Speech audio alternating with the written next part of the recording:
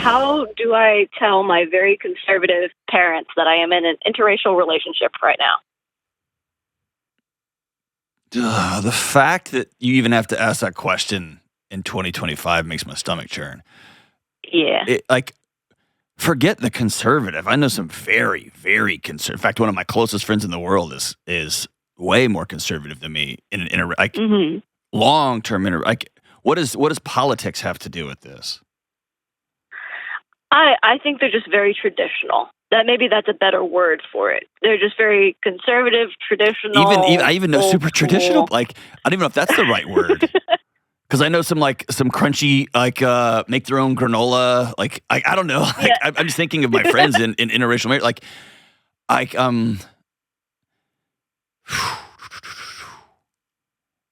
I guess the fact that you're calling and asking this, or you have apprehension about asking it, is that your parents think two people in a romantic relationship from different ethnic or cultural backgrounds is somehow wrong.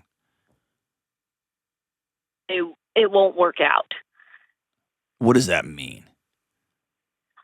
I think that for them, from my understanding, for them, it's kind of like, well, if you're in two different backgrounds, marriage is hard enough. And so if you come from two different cultures, it's just not going to work. You're not going to get along. You'll end up in a divorce. The world's going to crash and burn. We're all going to die. Well, that's just stupid. Not to God, so stupid. Here's the thing. I guess I have two kind of paths for just what I would call. I'm trying to think of a nice way to say this. I have two paths forward in my personal life on how I deal with abject ignorance. Mm. Path one is I don't engage. Like when people they'll I posted something yesterday. It's the start of the new year when we're recording this. It won't come out, I think, till late January, maybe even February. But I just remind people at the beginning of the year, you have to get a will. You got to get a will, right? And 70-something% of Americans don't have a will, which with kids is madness, right? And the number of people who send me a direct message that are like, "You're crazy. You're an idiot. They should be getting a trust." And it's like, okay, dude, I'm not gonna engage with that. That's like telling people who are 100 pounds overweight that they need to be doing CrossFit. No, they don't. They need to go for a walk, right? So I'm not gonna even address it because they're stepping over $100 bills to pick up nickels. Not gonna address it. Mm-hmm. The second is, in your situation, you can't not address it.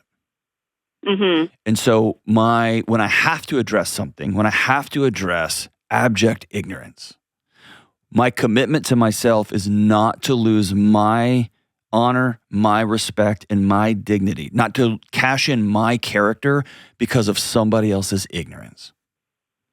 So I am not going to get in a mudslinging contest. I'm not going to call names. I'm not even going to give you a right to make me angry. The fact that you are saying things that are believing things that are so insanely ignorant, you've already removed your vote from my vote box. You don't get a vote in my life. But you're my mom and dad, and I do believe you honor your mom and dad. I do believe that. That doesn't mean you do whatever they say. That means that I'm going to treat you with dignity and respect, even when I have to give you hard things that you disagree with. And so I would sit down and be direct and say, I'm dating so-and-so, and he is fill in the blank when it comes to anything you think they're going to object to. Right. And I believe in pulling the bullets out of the chamber, and so I would say, I know this is going to be hard for you. I know you might be embarrassed to tell your friends, this is who I'm dating. I've been dating him for a long time, and I love him, and I hope you guys will be supportive of this. And then that's the end of the conversation. But I'm gonna tell them quietly. I'm gonna tell them calmly. And if they want to fight, I'll put my hand up and say, "Hey, I'm not gonna have this fight with you. I'm not gonna have this fight with you." And here's the other thing. I'm ignorant about a number of things. I know I am. Had a conversation yesterday about something I believe deeply, and I was just like, they walked me through, and I was like, "Oh gosh, I'm really wrong on this." It was a science thing. I was just wrong, and so I always want to lead with some sort of compassion for ignorant folks.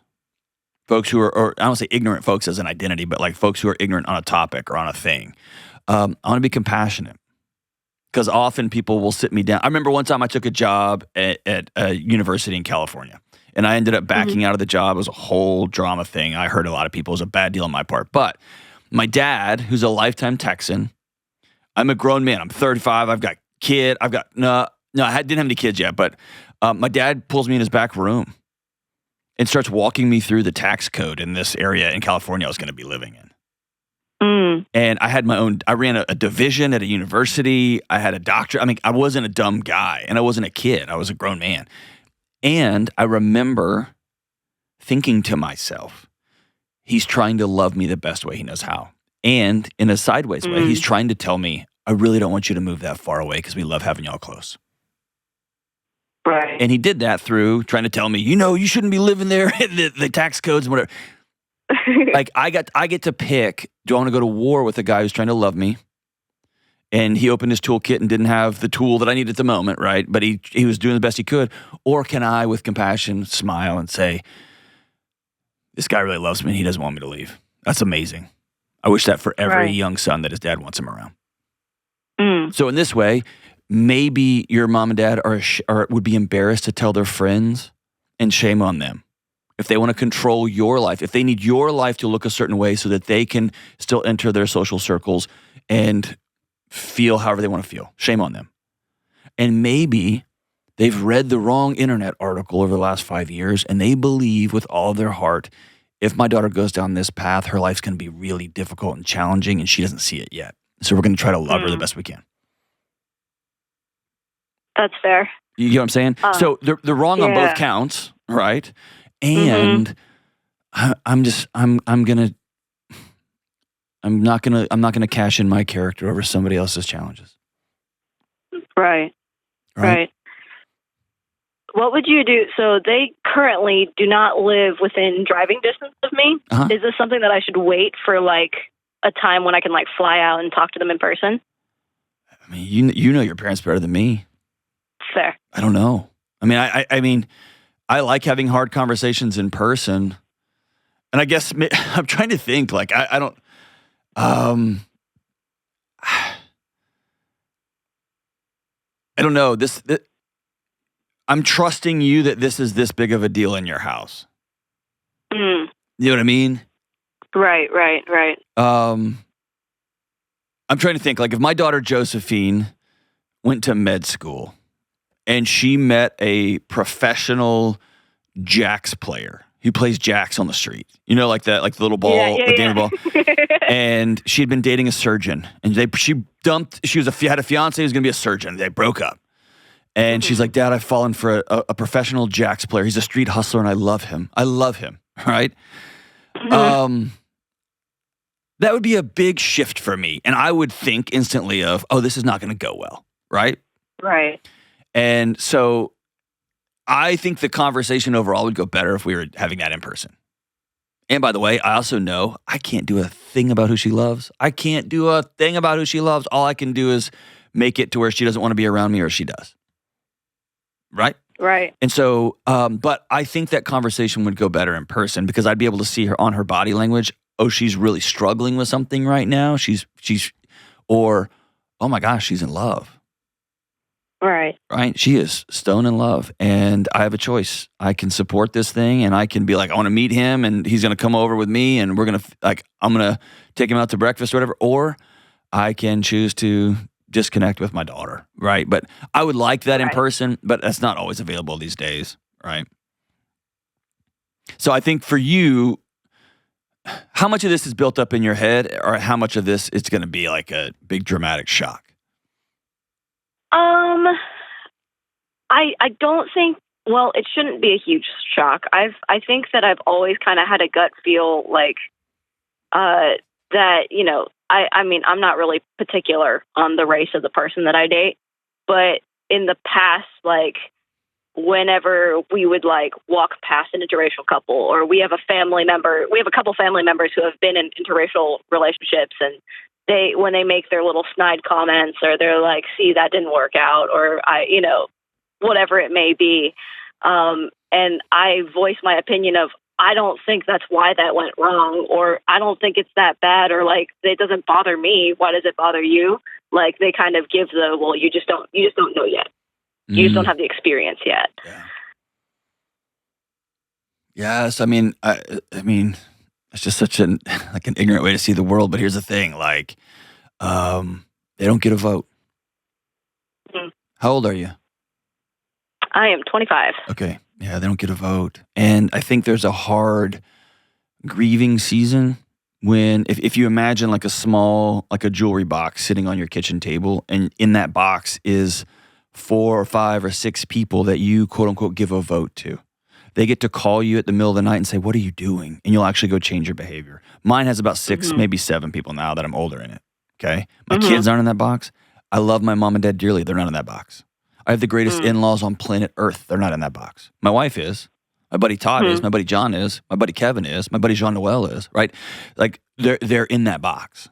Okay, and if they call me, which all those men I've mentioned have, and say, "Hey, you have to stop doing this," or "Why did you do this?" or "Why did you post this?" or "Hey, I just got a call from your wife and she's worried about," I stop what I'm doing and listening. And there's something heartbreaking when you're 25 or 27 and realize people that you've cared about and trusted and loved are no longer in that decision-making tree for you. William Glasser calls it your quality world. Pleasing them is no longer in your quality world, and it can feel disconcerting. It can feel unmooring. Right? Yeah. And so there's some grief like, oh my gosh, this is my parents. And by the way, this is going to be very countercultural. I'm going to get some mean comments about this. I also used to tell students all the time when they'd come in and tell me, I'm gay, I am struggling with X, or I'm struggling with Y, or I'm dropping out of college, or my parents have been obsessed with me being a physician and I'm going to go into, I'm changing my major to painting, right? Or whatever. Right. I always told them, your parents get a minute. Give your parents the dignity of a minute. And I know it's cool to be like, they don't get a minute. They need to do, they get a minute. They get a minute. Right? Like they have a picture of the world, and now that picture is going to be different. I'm going to be graceful and give it to them. Because what's the option, right? We're going to fight. I'm going to go to war. I'm going to cut you off.